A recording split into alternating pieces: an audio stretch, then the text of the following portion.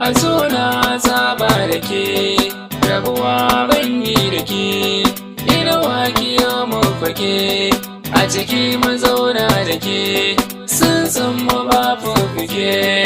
Adam Peace na ki ne, kuma ai mallakin ki ne, a bincika tun can usuri.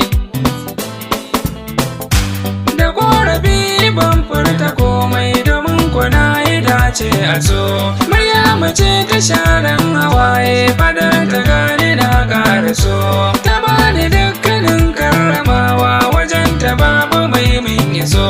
Ta mun fage a zuciyar ta, fure da so ciki na da so. Suna ita ta yi kuce, ta kyalace ta yi kuce, furci na ta haddace, ta bani matsayin adali. Hakan ya sani na kara kaimi, zan baki so cikin tausayi. Roki rabu mai tsara komai, ya bamu rayuwa mai tsayi. Sannan miyo jiran lokaci, idan da rai ko me za a yi. Kamar ki babu a zuciyata, rashin ki ne babban tsautsayi.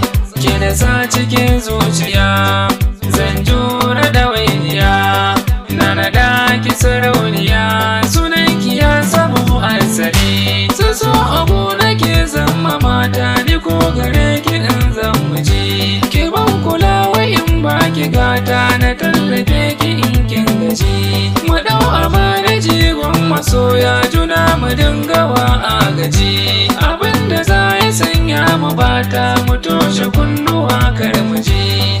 Haka shi ne za ya fi rayuwa da tasarrafi, a zaman mu ba ƙorafi, kyau dai mu ƙara tawakkali. Maryamu san ki ya zama yafi, dore ki bani in lallaba. Duk wanda zan jiyo zan ta kanki, kuda a ƙasa ne zan daba. Gare ni dole ai uzuri, da san ki zuciya yadda ba. Na samu jirgin fito, ki kaɗai nake ambato. Saki ya shiga ba zato, domin gare ki kwai hankali. Na so ki so irin na hakika, waɗansu sun ci na zurfafa. Aidan halak ake mahalarci, gare ki dole in tallafa. Rana ta zo gari zai yi haske, ɗaki kwa dole ya yi zafa. Don haka kin ji manta da komai, bikin mu dole zai rankwafa. Kaunar juna miyo, sirran makarasi jiyo, sunami kwaikwayo.